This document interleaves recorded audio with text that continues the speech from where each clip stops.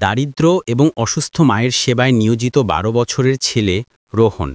তার ছোট্ট কাঁধে যখন গ্রামের জীবনের ভার, তখন এক অপ্রত্যাশিত দিনে সে আবিষ্কার করে এক চরম দুর্বল এবং পরিত্যক্তা বৃদ্ধাকে।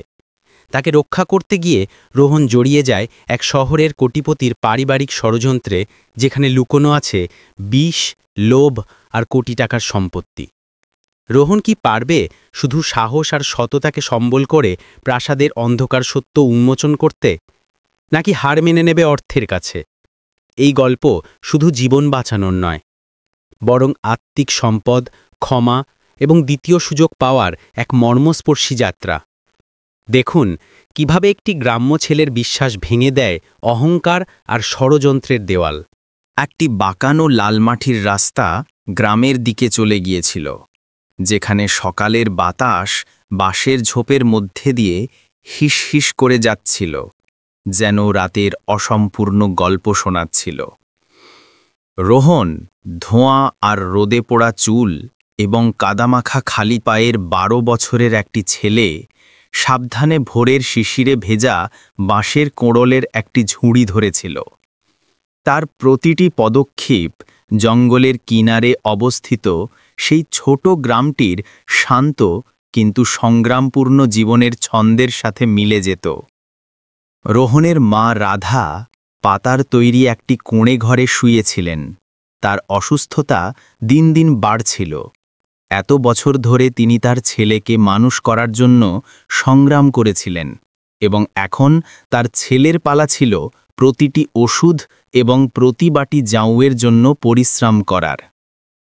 কোনো অভিযোগ না করে রোহন মোরগের ডাকের আগে উঠত এবং নদীর কিনারার পরিচিত পথে বাঁশের কোণল ভাঙতে বেরিয়ে পড়ত, যাতে সেগুলি বিক্রি করে চাল আর ওষুধ কেনা যায়।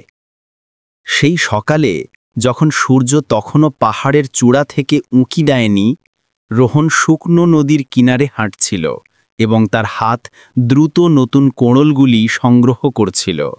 সে তার কাজে মগ্ন ছিল। তখনই একটি হালকা কান্নার শব্দ তাকে চমকে দিল। কিছুটা দূরে একটি বড় গাছের নিচে সাদা চুলের একজন বৃদ্ধ মহিলা ধূসর রঙের পোশাকে শুয়েছিলেন। তার শ্বাস দুর্বল চলছিল। এক মুহূর্তও না ভেবে রোহন তার ঝুড়ি নিচে রাখল এবং দৌড়ে গিয়ে আলতো করে তাকে ঝাঁকাল। দাদি, আপনি ঠিক আছেন? বৃদ্ধ মহিলা চোখ খুললেন এবং কিছু বলার চেষ্টা করলেন, কিন্তু শব্দ বের হল না।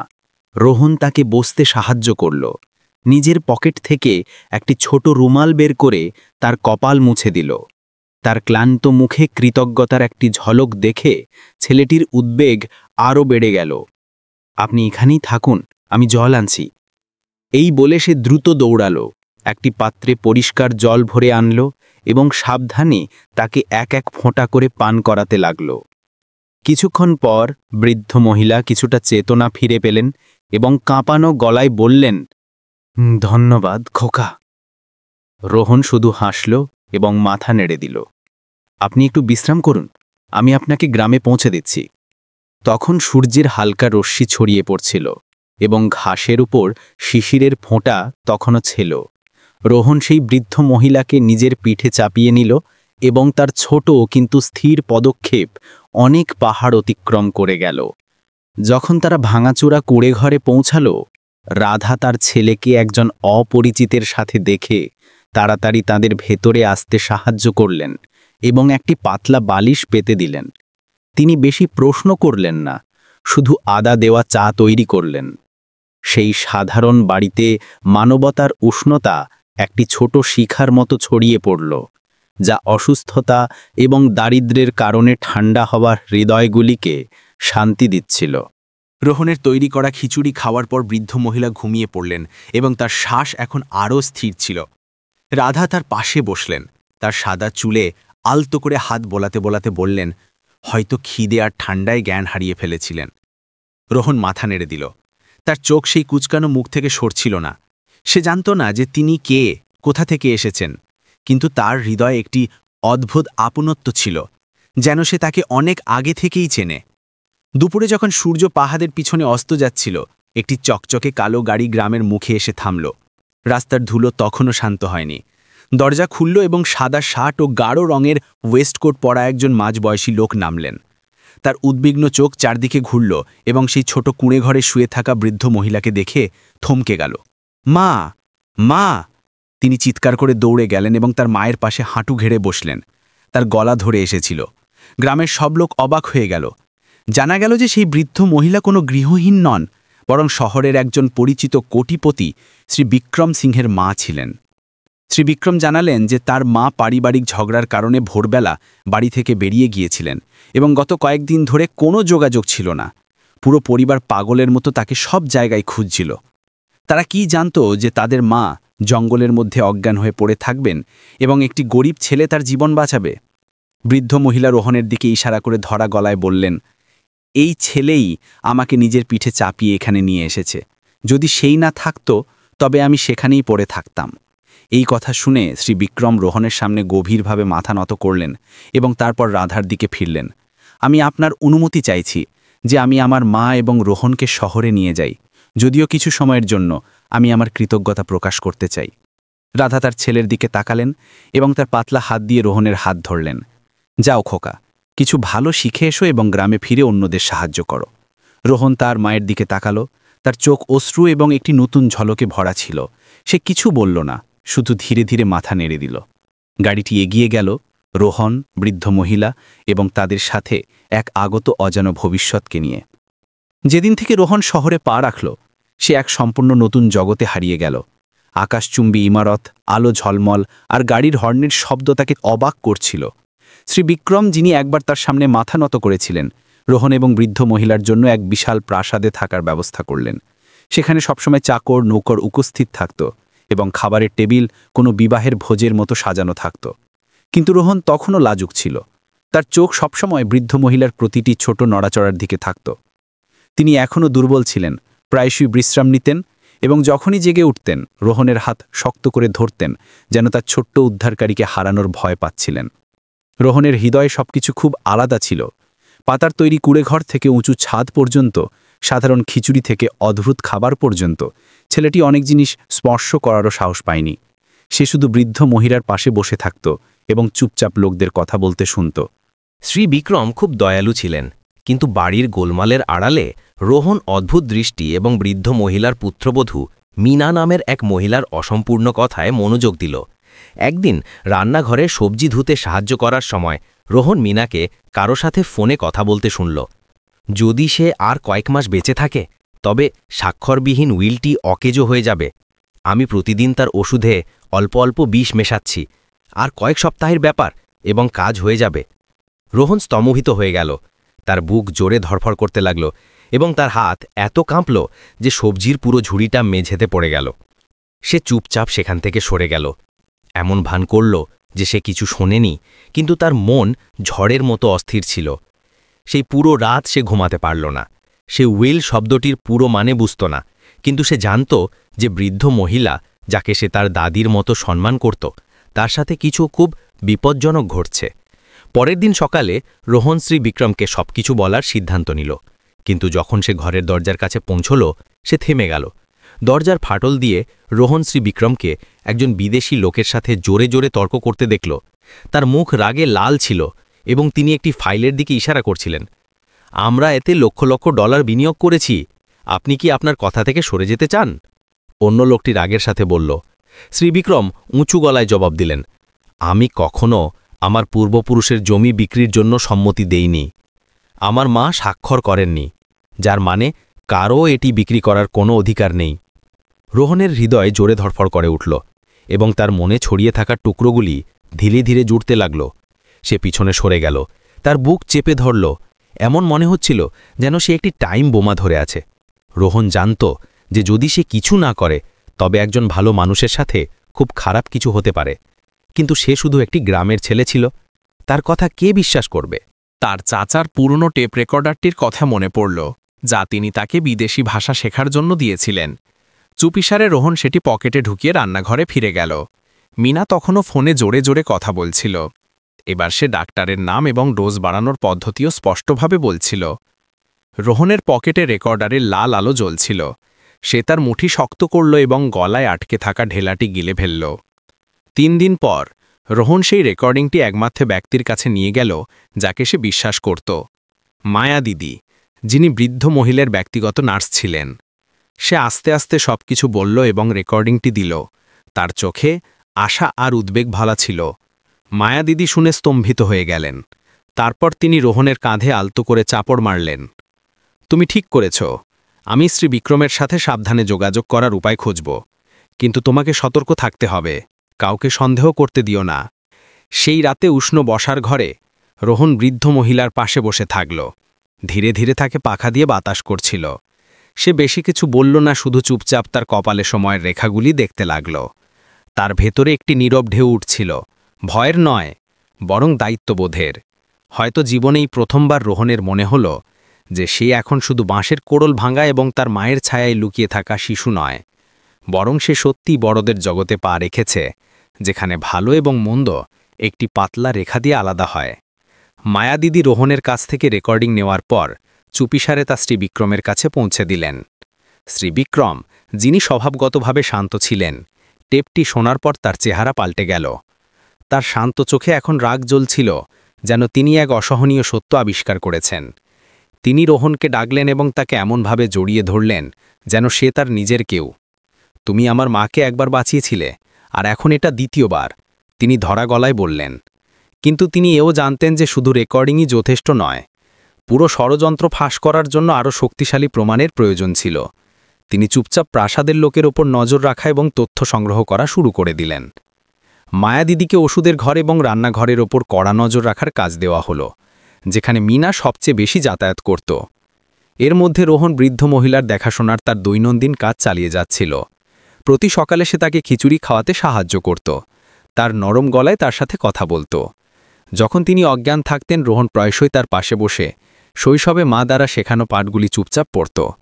রোহন দেখল যে বৃদ্ধ মহিলা কখনো কখনো জ্ঞান ফিরে পেতেন, কিন্তু অনেক সময় তার চোখ ঝাপসা হয়ে যেত এবং তার হাত পা হালকা কাঁপত, যেন ভেতরে কিছু গলমাল হচ্ছে। এক দুপুরে যখন মায়া দিদি বৃদ্ধ মহিলার জন্য ওষুধ তৈরি করছিলেন, রোহন দেখল যে ওষুধের শিশি থেকে একটি অদ্ভুত গন্ধ আসছে। সে চুপিসারে ওষুধের নাম মনে করে নিল এবং স্কুলে যাওয়ার ভান করে কাছের একটি ওষুধের দোকানে জিজ্ঞেস করতে গেল। দোকানদার ওষুধের নাম দেখল এবং ধীরে ধীরে বলল, যদি এই ওষুধের অতিরিক্ত ডোজ দেওয়া হয় তবে এটি লিভার এবং কিডনির ক্ষতি করতে পারে, এমনকি ভ্রমও সৃষ্টি করতে পারে। এই শুনে রোহনের শ্বাস বন্ধ হয়ে গেল। সে বুঝতে পারল যে যদি এটি দ্রুত বন্ধ না করা হয় তবে সবকিছু খুব খারাপ হতে পারে। শ্রী বিক্রম তার একজন ডাক্তার বন্ধুকে দিয়ে তার মায়ের সমস্ত প্রেসক্রিপশন স্বাধীনভাবে পরীক্ষা করালেন। ফলাফল দেখে তিনি রাগে কাঁপতে লাগলেন। কিছু এমন ওষুধ ছিল যার প্রয়োজন ছিল না, তবু সেগুলিকে এত বেশি ডোজে দেওয়া হচ্ছিল যে একজন দুর্বল বয়স্ক ব্যক্তির ওপর গুরুতর পার্শ্ব প্রতিক্রিয়া পড়তে পারত। তিনি অবিলম্বে মিনার মুখোশ খুলে দিলেন না, বরং চুপচাপ সেবককে পাল্টে দিলেন এবং তার মাকে একটি ব্যক্তিগত ক্লিনিকে রক্ত পরীক্ষার জন্য নিয়ে গেলেন। রাতে হালকা হলুদ আলোয় রোহন চুপচাপ ঘুমন্ত বৃদ্ধ মহিলাকে দেখছিল। সে আগের চেয়েও বেশি একজন মানুষের দুর্বলতা অনুভব করল। সে জানত না যে সে যা করেছে তা যথেষ্ট ছিল কিনা। সে কি বৃদ্ধ মহিলাকে আবার বাঁচাতে পারবে? কিন্তু একটি জিনিস সে নিশ্চিতভাবে জানত, যে সঠিক জিনিসে বিশ্বাস করার জন্য তার কোনো অনুশোচনা ছিল না। পরের কয়েকদিন ধরে রোহন বৃদ্ধ মহিলার কাছ থেকে এক মুহূর্তের জন্যও সরল না। সে নরম চাল এবং হালকা সবজির স্যুপ নিজে তৈরি করল এবং এক এক চামচ করে তাকে খাওয়ালো। বৃদ্ধ মহিলার চোখে তার জন্য যে স্নেহ ছিল তা ভাষায় প্রকাশ করা যেত না। একবার রোহনের হাত শক্ত করে ধরলেন এবং কিছু ফিসফিস করে বললেন, যা সে ঠিকমতো শুনতে পারল না। শুধু একটি অশ্রু চুপচাপ বালিশে গড়িয়ে পড়ল। মায়া দিদিও প্রাসাদে বাড়তে থাকা উত্তেজনা অনুভব করছিলেন। মিনা প্রায়শই খাওয়ার সময় অনুপস্থিত থাকত। তার ফোন সবসময় পাসওয়ার্ড দিয়ে লক করা থাকত এবং কখনো কখনো অদ্ভুত লোকেরা আসত যাদের সম্পর্কে সে কিছু বলত না। মায়া দিদি প্রতিদিন প্রতি ঘণ্টায় বাড়িতে ঘটা প্রতিটি ঘটনার ডায়েরি লেখা শুরু করলেন। সে এত সতর্ক ছিল যে প্রতি রাতে তার ছোট নোটবুকটি গদির নিচে লুকিয়ে রাখত। একবার মিনার ঘর পরিষ্কার করার সময় রোহন ভুলবশত একটি তালাছাড়া ড্রয়ার থেকে একটি ফাইল উঁকি মারতে দেখল। কভারে একটি বিদেশি বিনিয়োগ কোম্পানির সিল ছিল। কৌতূহলী হয়ে রোহন তার পুরনো ফোন দিয়ে দ্রুত কিছু পাতার ছবি তুলে নিল এবং পরে সেগুলি শ্রী বিক্রমকে দেখাল। কোটিপতি সেই কোম্পানির নাম চিনতে পারলেন যারা গত বছর তাদের পারিবারিক হাসপাতাল দখল করার চেষ্টা করেছিল। সেই সূত্র ধরে শ্রী বিক্রম সেই কোম্পানি এবং মিনার ব্যাংক অ্যাকাউন্টের মধ্যেকার যোগসূত্র খুঁজে বার করা শুরু করলেন। সত্য ধীরে ধীরে সামনে আসছিল। মিনাকে সেই গোষ্ঠীর দ্বারা সম্পত্তি এবং শেয়ারের প্রতিশ্রুতি দিয়ে নিয়ন্ত্রণ করা হচ্ছিল। বিনিময়ে তাকে তার শাশুড়িতে কিছু সম্পত্তির মালিকানা হস্তান্তর করতে রাজি করাতে হতো, যা বৃদ্ধ মহিলার নামে ছিল। রোহন আরও উদ্বিগ্ন হয়ে উঠল।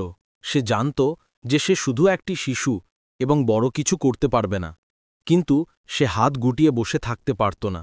সেই সন্ধ্যায় সে সব সাহস জুটিয়ে শ্রী বিক্রমকে জিজ্ঞেস করল, যদি ভবিষ্যতে কেউ আপনাকে বিশ্বাস না করে, তবু কি আপনি সঠিক কাজটি করবেন?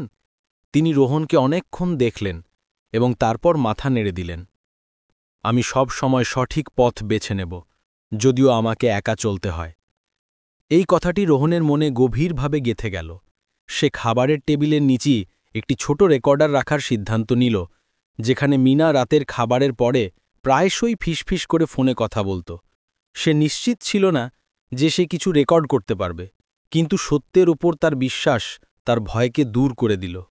সেই দিন থেকে যখন বিক্রম এবং প্রিয়া অপ্রত্যাশিতভাবে গ্রামে এলেন, তখন পুকুরের কিনারায় তৈরি ছোট পাঠশালার পরিবেশ আরও আনন্দময় হয়ে উঠল।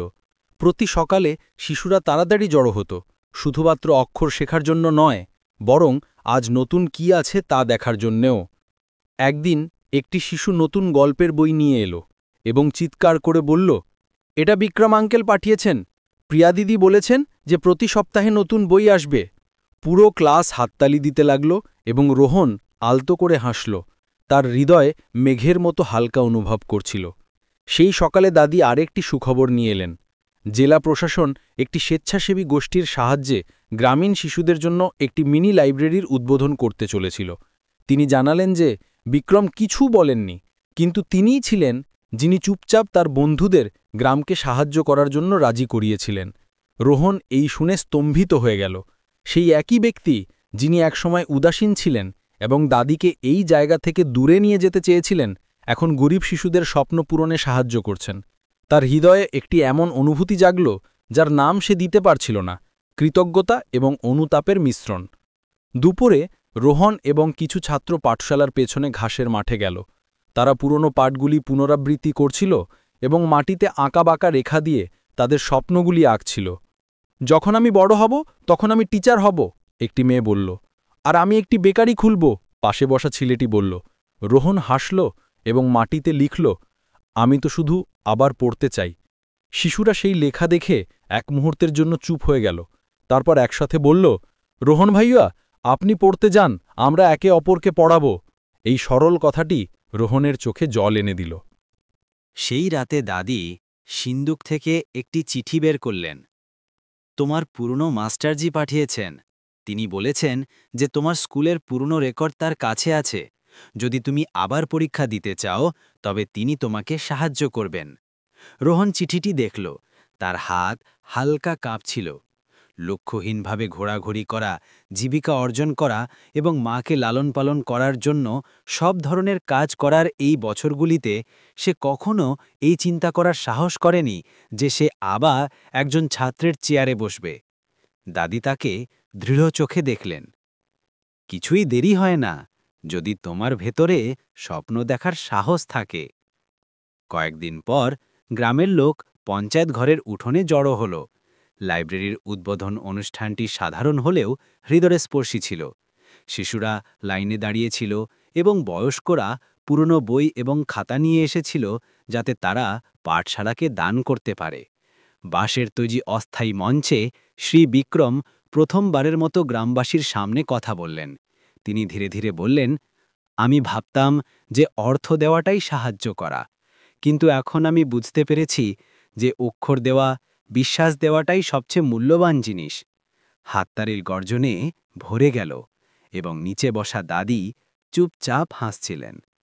অনুষ্ঠানের পর শ্রীবিক্রম রোহনকে এক কোণে নিয়ে গেলেন।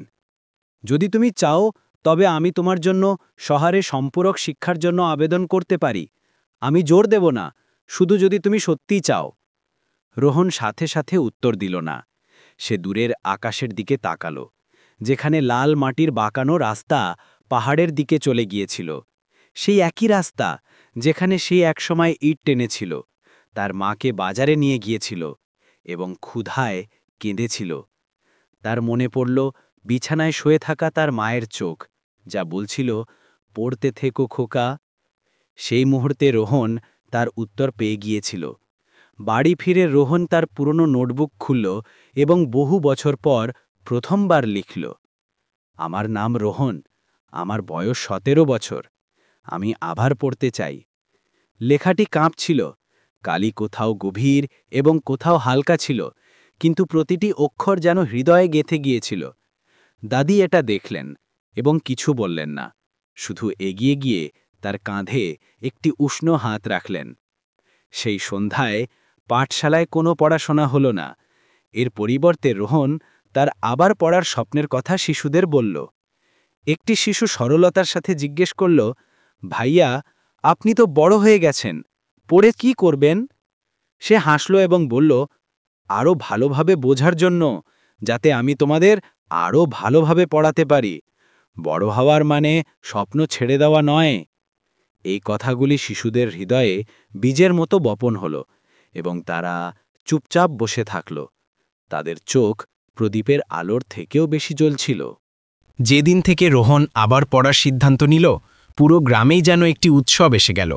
বাজারে সবজি বিক্রেতা বৃদ্ধ মহিলারা একে অপরকে বলতো, রোহন পড়তে খুব ভালো, যদি সে পরীক্ষা দেয় তবে অবশ্যই পাশ করবে।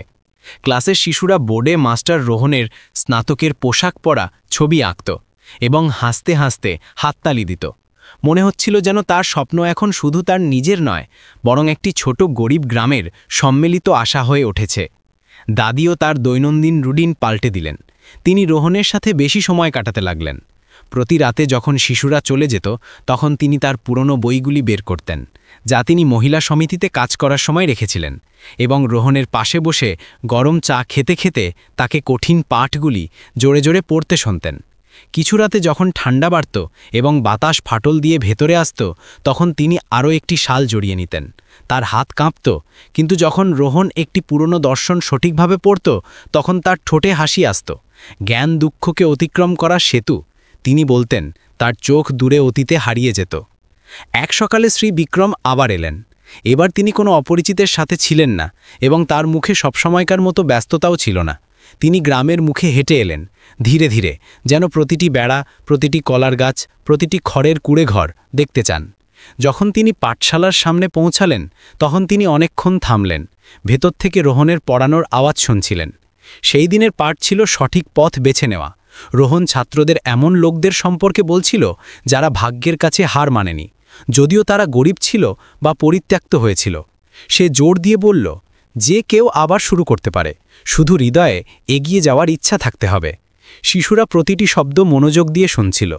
শ্রী বিক্রম ভেতরে এলেন। কেউ খেয়াল করেনি যতক্ষণ না রোহন ওপরে তাকিয়ে তাকে দরজায় দাঁড়িয়ে থাকতে দেখল। তার চোখ কোমল ছিল। তুমি খুব ভালো বলেছ। কিছুক্ষণ চুপ থাকার পর শ্রীবিক্রম বললেন, আজ আমি শুধু শুনতে আসিনি, বরং ক্ষমা চাইতে এসেছি। পুরো ক্লাস অবাক হয়ে গেল। বাইরে দাদিও থেমে গেলেন। তিনি এগিয়ে গেলেন এবং রোহনের চোখে তাকালেন। আমি একসময় তোমাকে সন্দেহ করেছিলাম। আমি ভেবেছিলাম যে তুমি শুধু আমার মায়ের কাছ থেকে সুবিধা নেওয়ার জন্য যুক্ত হয়েছ, কিন্তু আমি ভুল ছিলাম। তুমি আমাকে শেখালে যে প্রত্যেক গরিব মানুষ স্বার্থপর হয় না। কিছু মানুষ এমন থাকে যারা গরিব হয়েও আত্মার দিক থেকে ধনীদের চেয়ে অনেক বেশি উন্নত হয়। তার কণ্ঠস্বর গভীর ছিল, কিন্তু প্রতিটি শব্দে অনুতাপ ভরা ছিল। রোহন কিছু বলতে পারল না, শুধু ধীরে ধীরে মাথা নিচু করল। দাদি হাতে পাখা নিয়ে ভেতরে এলেন। এই ছেলের কারোর ক্ষমার প্রয়োজন নেই, তিনি ধীরে ধীরে বললেন। তার এমন একজন মানুষের প্রয়োজন যে তাকে বিশ্বাস করে, এবং যখন তুমি বিশ্বাস করেছ, তখন কথা সমান হয়ে গেল।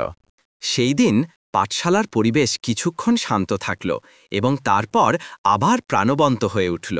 শ্রী বিক্রম তার শহরের বন্ধুদের দ্বারা পাঠানো কিছু বাক্সভর্তি বই নিয়ে এসেছিলেন। সেগুলির মধ্যে গণিত, ইংরেজি, হিন্দি অভিধান এবং নতুন খাতা ছিল। রোহন শিশুদের সাহায্যে সেগুলিকে আলমারিতে সাজালো, প্রতিটি গ্রুপকে আলাদা করল এবং রঙিন পেন দিয়ে লেবেল লাগালো। তার হৃদয়ে উষ্ণতা অনুভব হল। আজ পাওয়া প্রতিটি বই, প্রতিটি কাগজ, প্রতিটি ভাগ করা দৃষ্টি সেই স্বপ্নের সিঁড়ি ছিল যা সে কখনো মুখে আনার সাহস করেনি। পরীক্ষার দিন ঠান্ডা বাতাসের সাথে এলো। রোহন সকালে একটি পুরনো বাসে বসল। তার বুক থেকে ব্যাগটিকে এমনভাবে চেপে ধরেছিল যেন সে মাসের পর মাস ধরে আশা ধরে আছে। সে জানালা দিয়ে বাইরে দেখল না, বরং চোখ বন্ধ করে সেই সূত্র, পাঠ এবং মাস্টারজি ও দাদির দেওয়া শিক্ষাগুলি পুনরাবৃত্তি করল। পরীক্ষা কেন্দ্রটি কসবার একটি পুরাতন হাইস্কুলটির হলুদ দেওয়ালে দাগ ছিল এবং বাস থামতেই লোহার গেট ক্যাচ করে উঠল। রোহন নিচে নামল। তার হৃদয় জোরে জোরে ধরফর করছিল। বহু বছর পর এই প্রথম সে কোনো পরীক্ষা দিচ্ছিল। সে চারদিকে তাকাল। অপরিচিত মুখ, কেউ তার চেয়ে ছোট, কেউ তার বয়সী, সবাই উদ্বেগে ছিল। কিন্তু যখন রোহন ঘরে ঢুকল এবং নিজের কলম টেবিলের ওপর রাখল, তখন হঠাৎ করেই ভয় লাগার অনুভূতিটা চলে গেল। যেন এতদিনের সব প্রস্তুতি একটা কবচ হয়ে উঠেছিল যা তার হৃদয়ে শান্তি রক্ষা করেছিল। প্রথম পেপারটি ছিল হিন্দির। প্রশ্নপত্র দেখে রোহন কয়েক সেকেন্ডের জন্য থামল এবং তারপর স্বস্তির নিঃশ্বাস ফেলল। একটি উন্মুক্ত বিষয় ছিল, আজকে সমাজে দায়িত্ব নিয়ে জীবনযাপন করা সম্পর্কে আপনি কি মনে করেন? সে মাথা নিচু করল এবং এক টানা লিখতে শুরু করল। দাদির সাথে গ্রামের শিশুদের পড়ানোর মাসগুলো, ইটভাটায় পিঠে নোনা ঘামের ফোঁটা, সবকিছু মনে পড়ল এবং তার কলম থেকে আবেগপূর্ণ শব্দের স্রোত বইতে লাগল। ভালো লেখার চেষ্টা করেনি, শুধু সত্যটা লিখল, আর এই সত্যটাই প্রতিটি শব্দকে আরও শক্তিশালী করে তুলল। প্রথম পরীক্ষার পর সে বাইরে এলো এবং একটি পুরনো গাছের নিচে বসল। হালকা বাতাস বইছিল, যাতে দুপুরের রোদ এবং বসন্তের প্রথম মিষ্টি গন্ধ ছিল। কাছেই 40 বছর বয়সী এক ব্যক্তি সিগারেট খাচ্ছিলেন। তিনি জিজ্ঞেস করলেন, সম্পূরক পরীক্ষা দিচ্ছ? রোহন হেসে মাথা নেড়ে সাঁই দিল। আমিও, সেই ব্যক্তি বললেন, কারণ আমার মেয়ে জিজ্ঞেস করেছে, বাবা, যখন তুমি 10ম পাশ করনি তখন তুমি আমাকে কিভাবে পড়াবে? দুজন হেসে উঠল এবং তারপর কিছুক্ষণ চুপচাপ বসে রইল, যেন দুই অপরিচিত বন্ধু একই নৌকা সওয়ার। সেই সন্ধ্যায় রোহন গণিতের পরীক্ষা দিল, যা ছিল আসল চ্যালেঞ্জ। তার মস্তিষ্ক সংখ্যা, সূত্র এবং জ্যামিতির প্রশ্নে ভরে গেল, যা তাকে প্রথম থেকে শিখতে হয়েছিল। একটি প্রশ্ন কঠিন ছিল, সেটি সে সমাধান করতে পারল না, কিন্তু সে সাহস হারাল না। সে যা জানত সেই সবটাই করল। উত্তরগুলিকে সাবধানে রেখাঙ্কিত করল। তার মাস্টারজির কথা মনে ছিল, ভুলও যদি করো তবে সততার সাথে করো, অসাবধানতার সাথে নয়। যখন সে পরীক্ষা কেন্দ্র থেকে বেরোল, তখন সন্ধ্যা হয়ে গেছে। রোহন বাসস্টপ পর্যন্ত হেঁটে গেল তার পরীক্ষার কথা ভাবতে ভাবতে। কিছু জায়গায় আফসোস, কিছু জায়গায় সন্তুষ্টি, কিন্তু তার কোনো আক্ষেপ ছিল না। ফেরার বাসে সে ক্লান্তির কারণে ঘুমিয়ে পড়ল। যখন সে জাগল, বাস গ্রামের কাছে পৌঁছে গেছে। জানালার বাইরে ধানের ক্ষেত থেকে নতুন খড়ের মিষ্টি গন্ধ আসছিল। তার মন খুব হালকা মনে হল, যেন একটি ঘুড়ি যার সুতো কেটে গেছে এবং সেটি নীল আকাশে উড়ছে। যখন সে বাড়ি পৌঁছাল, দাদি দরজায় অপেক্ষা করছিলেন। তিনি বেশি কিছু জিজ্ঞেস করলেন না, শুধু রোহনকে মুখ মোছার জন্য একটি গরম তোয়ালে দিলেন এবং সুগন্ধি চায়ের কাপ এগিয়ে দিলেন। পরীক্ষা হয়ে গেছে, শুধু এটুকুই যথেষ্ট। বাকিটা ওপরওয়ালার ওপর ছেড়ে দাও। তার চুলে আলতো করে হাত বোলাতে বোলাতে তিনি বললেন। রোহন মাথা নেড়ে বাঁশের খাটে শুয়ে পড়ল এবং এক মুহূর্তের জন্য চোখ বন্ধ করল, ঘুমোনোর জন্য নয়, বরং তার মনের দুর্লভ শান্তি অনুভব করার জন্য। সেই রাতে পুরো গ্রাম রোহনের পরীক্ষার আলোচনা করছিল। মায়া দিদি চীনাবাদামের মিষ্টি নিয়ে এলেন। শিশুরা চেঁচিয়ে বলল, রোহন ভাইয়া, পরীক্ষা শেষ। শ্রী বিক্রম ফোন করে অভিনন্দন জানালেন এবং গ্রামে আসার প্রতিশ্রুতি দিলেন। কেউ জিজ্ঞেস করল না যে সে পাশ করবে কিনা, কারণ সবাই জানত যে এর চেয়ে বেশি জরুরি ছিল যে সে উঠে দাঁড়ানোর, এগিয়ে যাওয়ার সাহস দেখিয়েছিল। যখন রাত গভীর হল, রোহন প্রদীপের আলোয় একা বসে তার পুরনো নোটবুক খুলল। সে লিখল, আজ আমার মনে হল যে আমি বড় হয়ে গেছি, শুধু এটুকুই, কিন্তু এটি সেই পাতাটিকে মূল্যবান করে তোলার জন্য যথেষ্ট ছিল। কারণ রোহনের জন্য এই পরীক্ষা কেবল জ্ঞানের যাচাই ছিল না, বরং এটি এই কথার প্রমাণ ছিল যে তার মতো কেউ যে কখনো লক্ষ্যভ্রষ্ট হয়েছিল, কখনো স্কুল ছেড়েছিল, যদি বিশ্বাস থাকে তবে এগিয়ে যেতে পারে।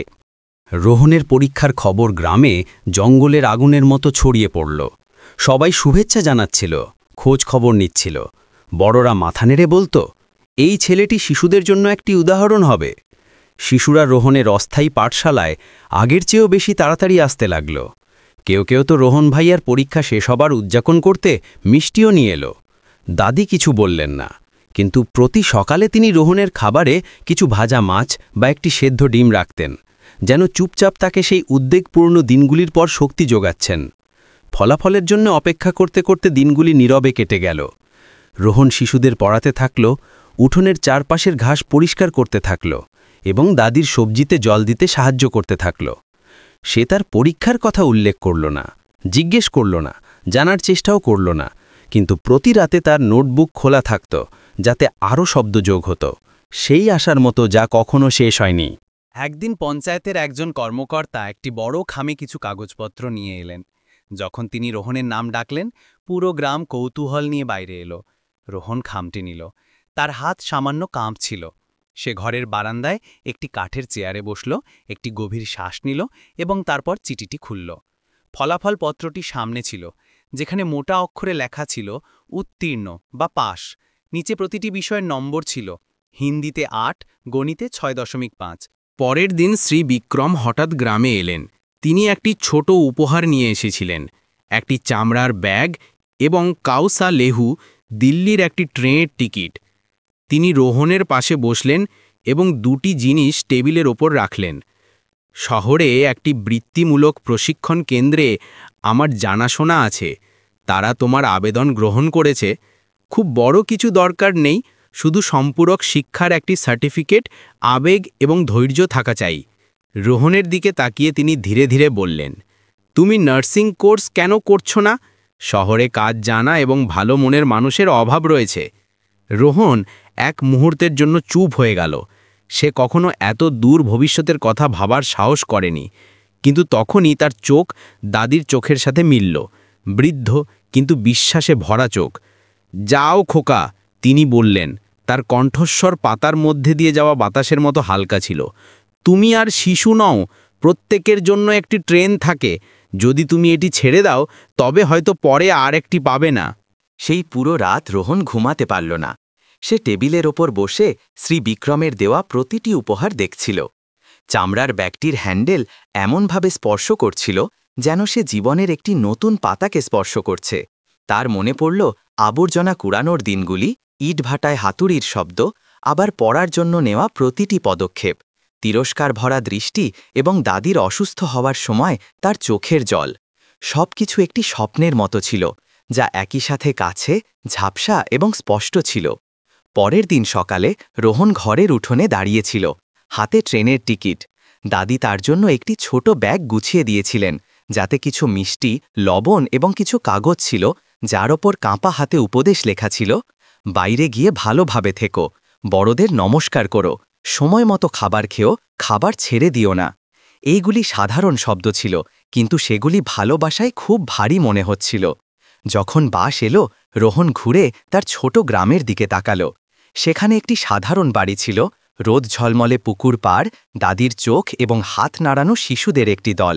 সে তার ব্যাগ শক্ত করে ধরল এবং বাসে উঠল, যেন একটি নতুন জগতে পা রাখছে, যা হয়তো সহজ হবে না, কিন্তু সে জানত যে সে প্রস্তুত। শহর রোহনকে স্বাগত জানালো দুপুরের তীব্র রোদ দিয়ে, যা গ্রামের হালকা উষ্ণ রোদ থেকে সম্পূর্ণ আলাদা ছিল। সে বাস থেকে নামল। শ্রী বিক্রমের দেওয়া চামড়ার ব্যাগটি কাঁধে ছিল এবং হাতে তখনও পরিচয়পত্র শক্ত করে ধরা ছিল। তার সামনে উঁচু উঁচু ইমারত, গাড়ির ভিড় এবং হর্নের শব্দ ছিল, যা রোহনকে কয়েক সেকেন্ডের জন্য থামিয়ে দিল। এই প্রথমবার সে গ্রাম থেকে বাইরে বেরিয়েছিল এবং প্রথমবার একটি সম্পূর্ণ নতুন জগতে পা রাখল। শ্রী বিক্রম কাউকে রোহনকে বৃত্তমূলক কেন্দ্রের কাছে একটি ভাড়া ঘরে পৌঁছে দেবার জন্য বলেছিলেন। সেগুলি ছিল একতলা বাড়ির একটি ছোট সারি, যার ছাদ নিচু ছিল কিন্তু পরিষ্কার পরিচ্ছন্ন ছিল, এবং একটি ছোট উঠোনে কাগজের ফুলের কিছু টবে গাছ লাগানো ছিল। বাড়ির মালকিন একজন বন্ধুত্বপূর্ণ মহিলা ছিলেন, যিনি রোহনের সরলতা পছন্দ করলেন এবং তাকে একটি ছোট ঘর দিলেন যা পড়া এবং ঘুমানোর জন্য যথেষ্ট ছিল। বৃত্তিমূলক কেন্দ্রটি 2 গলি পরেই ছিল, হেঁটেই পৌঁছানো যেত। রোহন তার আবেদন জমা দিল এবং তাকে বেসিক নার্সিংয়ের ক্লাসে ভর্তি করা হলো। সে সবচেয়ে ছোট জিনিসগুলি থেকে শিখতে শুরু করল। হাত ধোয়ার সঠিক পদ্ধতি, ব্লাড প্রেশার মাপা, রুগীকে উঠতে সাহায্য করা। শুরুতে সে আনাড়ি ছিল, তার খসখসে হাত কাউকে আলতোভাবে সমর্থন করার অভ্যস্ত ছিল না। একবার সে স্টেথোস্কোপ ফেলে দিল এবং ভয়ে সেটি তুলতে গিয়ে তার মুখ লাল হয়ে গেল। কিন্তু শিক্ষিকা, যিনি একজন অভিজ্ঞ নার্স ছিলেন, তাকে বকা দিলেন না। তিনি রোহনের দিকে তাকিয়ে স্নেহভরে হাসলেন এবং বললেন, এই পেশায় হাত শক্তিশালী হওয়া উচিত এবং হৃদয় নরম। পরিশ্রম করতে থাকো, অভ্যেস হয়ে যাবে। রোহন দিনে পড়ত এবং রাতে কাছের একটি ছোট মুদি দোকানে কাজ করত। সে জিনিসপত্র সাজাত, হিসেব করত। কাজটি কঠিন ছিল না, কিন্তু সহজও ছিল না।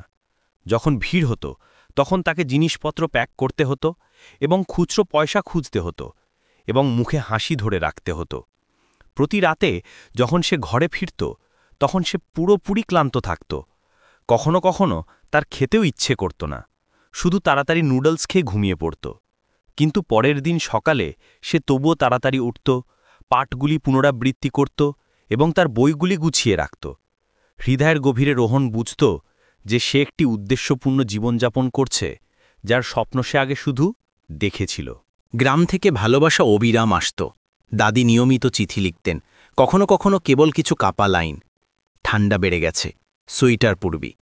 বাইরের খাবার বেশি খাবি না, পেট খারাপ হয়ে যাবে। শিশুরা ছবি এঁকে পাঠাত, কেউ কেউ ভুল বানানে লিখত, রোহন ভাইয়া ভালোভাবে পড়ো, ফিরে এসে আমাদের ঘুরতে নিয়ে যেও। রোহন সেই চিঠিগুলি তার দেয়ালে সেটে রেখেছিল এবং যখনই সে ক্লান্ত হতো তখন সেগুলিকে দেখে নতুন শক্তি পেত। এক সন্ধ্যায় হাসপাতালে তার প্রথম ব্যবহারিক ক্লাসের সময় রোহনকে একজন বয়স্ক ব্যক্তির সাহায্য করার কাজ দেওয়া হয়েছিল, যার সদ্য পায়ের অপারেশন হয়েছিল। ঘরে ঢুকতেই সে দেখল যে প্রবীণ ব্যক্তি ব্যথায় কাতরাচ্ছেন। রোহন ধীরে ধীরে তার সাথে কথা বলল এবং তাকে পাশ ফিরতে সাহায্য করল। তার হাত কাঁপছিল, কিন্তু তার চোখ শান্ত ছিল। প্রবীণ ব্যক্তি রোহনের দিকে তাকালেন এবং ধীরে ধীরে জিজ্ঞাসা করলেন, খোকা, তুমি নার্সিং কতদিন ধরে করছ? রোহান হাসল, এই সবে শুরু করেছি, তবে আমি আমার দাদির যত্ন নিয়েছি, তাই কিছুটা জানি। প্রবীণ ব্যক্তি মাথা নেড়ে বললেন, তুমি খুব ভালো কাজ করছ, তোমার হাত অনেকের চেয়ে বেশি উষ্ণ। এই প্রশংসাটি ছোট ছিল, কিন্তু এটি রোহানের চোখে জল এনে দিল। এই কারণে নয় যে সে ভালো ছিল, বরং এই কারণে যেই প্রশংসায় অপরিচিত জায়গায় প্রথমবার তার মনে হল যে সে কারোর কাজে আসছে। সেই রাতে রোহান তার ডায়েরিতে লিখল, আজ কেউ আমাকে নার্স বলল। আমার বুক জোরে ধরফর করল, ক্লান্তি থেকে নয়, বরং প্রথমবার নিজের নির্বাচিত পেশার ওপর বিশ্বাস হবার কারণে। সে ডায়েরি বন্ধ করল এবং নিজের জন্য 1 কাপ আদা দেওয়া চা তৈরি করল। শহরের জীবনে এখনও অনেক অসুবিধা ছিল, কিন্তু রোহন এখন ভয় পেত না। সে জানত যে সে সেরা নয়, কিন্তু সে নিশ্চিতভাবে সবচেয়ে বেশি চেষ্টা করার মানুষ, আর এটাই তাকে এগিয়ে যাওয়ার জন্য যথেষ্ট ছিল। যেদিন থেকে আমির সঙ্গে থাকতে শুরু করল, রোহনের ছোট ঘরটি আরও প্রাণবন্ত হয়ে উঠল। এখন শান্ত রাত ছিল না, ছিল আমিরের হাসি যখন রোহন তাকে গল্প বলত, ফিসফিসানি যখন দুজনেই একসাথে পড়ত, এবং কখনো কখনো রোহনের উচ্চ কণ্ঠস্বর যখন সে আমিরকে কোনো দুঃস্বপ্ন থেকে জাগিয়ে শান্ত করত। জীবন আরও কঠিন হয়ে গিয়েছিল, কিন্তু রোহন ক্লান্ত অনুভব করত না, বরং তার হৃদয় পরিপূর্ণ মনে হতো, যেমন জীবনের কোনো অসম্পূর্ণ অংশ পূর্ণ হয়েছে। দিনে রোহন কেন্দ্রে পড়তে যেত এবং আমিরকে কাছের একটি দাতব্য ক্লাসে পাঠানো হতো। শিক্ষক 2 ভাইয়ের অবস্থার জন্য সহানুভূতিশীল হয়ে আমিরকে বিনামূল্যে পড়াতে এবং পুরনো বই দিতে রাজি হলেন। একবার রোহন কাজ থেকে দেরিতে ফিরল। সে দেখল যে আমির কালো সাদা পেন্সিল দিয়ে একটি ছবি আঁকছে। সে 2জন লোককে এঁকেছিল, একজন বড় এবং একজন ছোট, হাতে হাত ধরে একটি সাধারণ ঝুড়িঘরের সামনে দাঁড়িয়ে আছে। আমির ধীরে ধীরে বলল, ভাইয়া, আমি আমাদের বাড়ি এঁকেছি, পরে আমরা গ্রামে গিয়ে আসল বাড়ি বানাব। রোহন ছবিটা দেখল, তার চোখে জল এসে গেল। হ্যাঁ, তারপর আমরা গ্রামে ফিরব, আমরা সবজি ফলাবো, মুরগি পালব, তুমি স্কুলে যাবে এবং আমি স্বাস্থ্যকেন্দ্রে নার্স হব। এই সময়ে রোহনের পড়াশোনায় অনেক উন্নতি হল। সমস্ত শিক্ষক দেখলেন যে সে পরিশ্রমী এবং তার মধ্যে প্রতিভা আছে, বিশেষ করে ধৈর্য ও নিষ্ঠা, যা অসুস্থদের যত্নের পেশায় খুব বিরল। একদিন কেন্দ্র ঘোষণা করল যে প্রাথমিক নার্সিংয়ের সার্টিফিকেট দেওয়ার জন্য একটি পরীক্ষা হবে। যে ভালো নম্বর নিয়ে পাশ করবে তাকে একটি বড় হাসপাতালে দীর্ঘ সময়ের ইন্টার্নশিপের জন্য পাঠানো হবে। রোহন রেজিস্ট্রেশন করল, কিছুটা নিজের ক্ষমতা যাচাই করার জন্য এবং কিছুটা দুই ভাইয়ের উন্নত ভবিষ্যতের আশায়। পরীক্ষার প্রস্তুতির দিনগুলিতে সে তার প্রতিটি ফাঁকা ঘণ্টা ব্যবহার করত। আমিরও আরও দায়িত্বশীল হয়ে উঠেছিল। তার ভাই ব্যস্ত জেনে সে নিজেই ঘর পরিষ্কার করত, পড়ত এবং রান্না করতে সাহায্য করত। একদিন যখন রোহন ফিরল, সে দেখল যে আমির মিনি গ্যাস স্টোভে রান্না করছে। তার হাত আনাড়ি ছিল, কিন্তু মুখ খুশিতে ঝলমল করছিল। ভাইয়া, চেখে দেখো, আমি সবজি বানিয়েছি। রোহন 1 চামচ খেল এবং মুখ বাঁকিয়ে হাসল। লবণ খুব বেশি, কিন্তু সুস্বাদু। আমির হেসে উঠল এবং খেতে খেতে বলল, যখন আমি বড় হব তখন আমি তোমার যত্ন নেব, তোমাকে রাতের ডিউটি করতে হবে না। পরীক্ষার দিনটি এক বর্ষার সকালে এলো। রোহন সাদা শার্ট এবং পুরনো প্যান্ট পরল, যা বাড়ির মালকিন ইস্ত্রি করে দিয়েছিলেন। আমির তাকে দরজা পর্যন্ত বিদায় জানাতে এলো এবং বলল, ভাইয়া, আদা দেওয়া চা খেয়ে যেও, ঠান্ডা লেগে যাবে। রোহন ধীরে ধীরে মাথা নেড়ে তার মাথায় হাত বুলিয়ে দিল। লিখিত পরীক্ষায় রোহন ভালো ফল করল। ব্যবহারিক পরীক্ষায় তাকে একজন বয়স্ক রোগীর ক্ষত ড্রেসিং করার এবং তাকে শান্ত করার পরিস্থিতি দেওয়া হলো।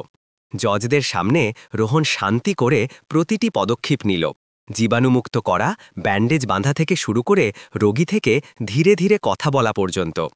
যখন পরীক্ষা শেষ হল, তখন একজন জজ, যিনি একটি প্রাদেশিক হাসপাতালের হেড নার্স ছিলেন, বললেন, এই ছেলেটির হাতে দক্ষতা আছে, কিন্তু সবচেয়ে মূল্যবান বিষয় হল সে শুনতে জানে। নার্সিং পেশায় এটি খুব জরুরি। ফলাফল 3 দিন পর ঘোষণা করা হলো। রোহন ভালো নম্বর নিয়ে পাশ করেছিল এবং শহরের একটি শীর্ষ হাসপাতালে ইন্টার্নশিপের জন্য নির্বাচিত 3 জনের মধ্যে সে ছিল একজন। যখন রোহন ফলাফলপত্র নিয়ে ফিরল, তখন আমির পড়ছিল। সে ভাইকে দেখেই জিজ্ঞাসা করল, কি হয়েছে ভাইয়া?